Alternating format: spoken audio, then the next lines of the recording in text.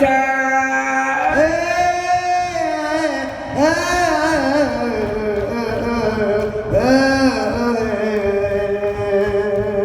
mentua aso syurga.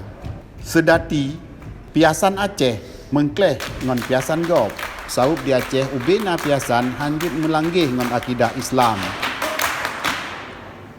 Misiji sedati anji mantong mengasai nibak syahadati atawa nacit geken saman nakeh maknaji lapan lam narid Arab.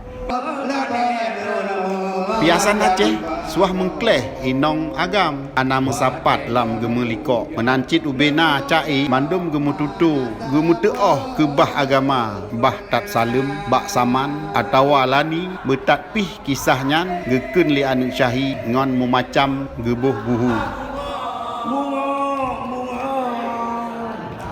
menengui urang en sedati gesuk baje kauh panjang sapai ngon lewu putih babah kemurah gengu ija palikat yang gelilit bak keing gelat ngon rincung lom bak ule gesuk tangkuluk sutra sedatinyo kayem jih gemetunang truk leboh ule sedati gemeen 8 ro urang ule kawan nakeh syekh apit wi apit unen anak syahi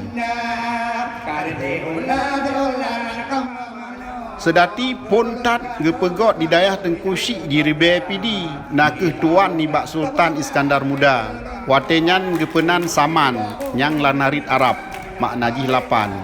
leh nyan baru tebedoh Syekh Adam Pulau Ibu gop nyan lahir bak tun tikurun dah tiblah Masihi dilikut ni bak nyan na Syekh Tam Pulau Amak Syekh Putih Raja Anggang Syekh Usuh Pandak Syekh Ali Sidoh watenyan cae gejambo le Tengku Him PD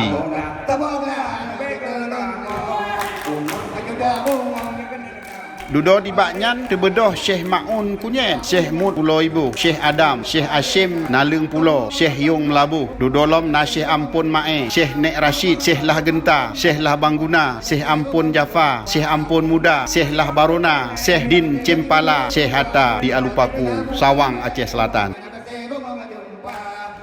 Rukun sedati nakeh gepupun ngon salim syahi leh nyan salim rakan bak saman atawa tarik atawa ratu liko saman kisah pansi ngon lani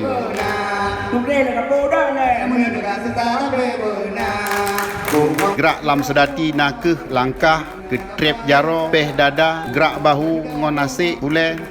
gepe angleh ngon gedit asik kusyek nyap reng nyot dot ngon gedam kaki